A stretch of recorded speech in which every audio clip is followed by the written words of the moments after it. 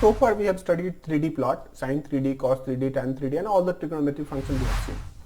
Now what we are going to see is we want to do arithmetic of 3D, means sine plus cos 3D functions, cos plus tan. So likewise we are going to do. So let me zoom the screen. So you can find here, you know how to create a sine 3D function, right? So same way we'll create, at first we are going to give the range, so that will be 0 is to 0.01 is to 1, and then we'll have sine 2 star pi star a, and then we'll be having our c equal to b dash multiplied by b, means we are creating the third dimension for sine. Now we have our, in figure number 1, we'll do surface plot. Surface plot of what? Surface plot of C. It means it will plot the sine function, and then we'll give x label,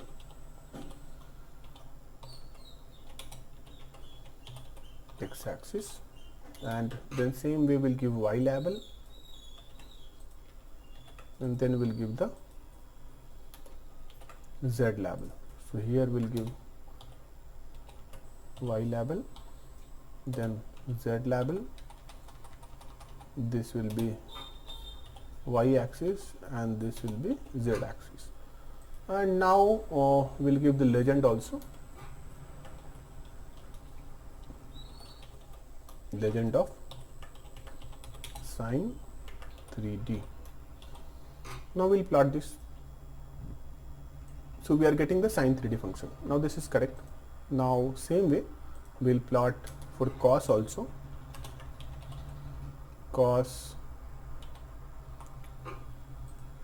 no, we should have given b equal to, and this should be c equal to cos 2 star pi star a. You remember, without giving b also it gave the answer. You know why? Because in previous program we gave b equal to sine 2 pi a. So it remembered that one. So that was already there. So because of that one it came. But you should not do that mistake. You should give the variable name, b equal to sine, c equal to cos. Then we'll be having d equal to sine 3D, and e equal to we'll be having c dash multiplied by c. Then figure 1 we'll plot sine, and in figure number 2 we'll plot cos. So previously what we gave here d, and here we'll give e. Now we'll see the output.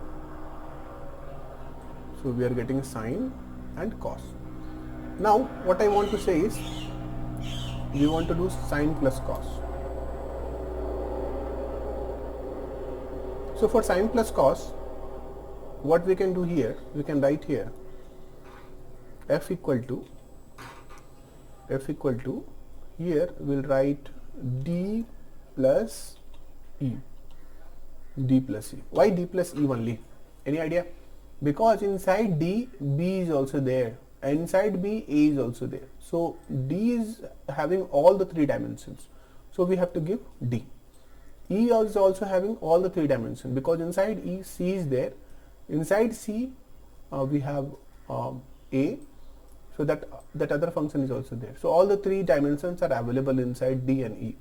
So d represents sine 3D, e represents cos 3D, and f represents the sine plus cos. So what we'll do, we'll give the surface plot of f this time, and then this is sine plus cos of 3D, and now we'll run this and see the output. So sine, cos, okay, only 2 figures are coming. Why only 2 figures are coming? Because we forgot to give the third figure name. So we forgot to give the third figure name. So because of that, only 2 figures were coming. Now we'll run the code and see. So sine, cos, and sine plus cos. So you can see here, Subscribe for more upcoming content. this is sine and sine. Then we have, okay, we didn't change the name of sine to cos. Okay, now we'll run this and see sine. Then figure 2 is what? Figure 2 is cos, and this is sine plus cos. It looks very similar to cos, but you can see that sine plus cos is 0 plus 1, so it starts from 1. Likewise it goes. So this is sine plus cos. Now remember I told you this, you can write it here or you can write it here. Everything is same. In all the conditions it's going to work. Let us run the program and see. Again it will work. So you can write that place or you can write it here, that is up to you. So this is your 3D arithmetics of different trigonometric functions. And these things also you can plot in subplot you want. So subplot 1 comma 3 comma 1, then we'll give the same way 1 comma 3 comma 2. Why? Because one complete window in that 3 images, in that first position, then second position, and now here we'll give the third position, and then we'll run this code and see the output.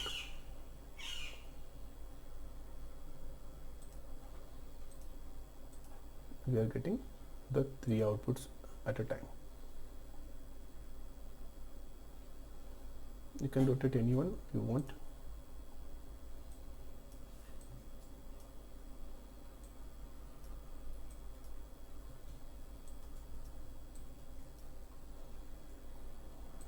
So this is the thing.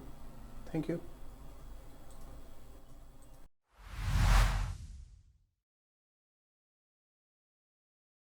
Don't forget to like this video and also subscribe to my channel.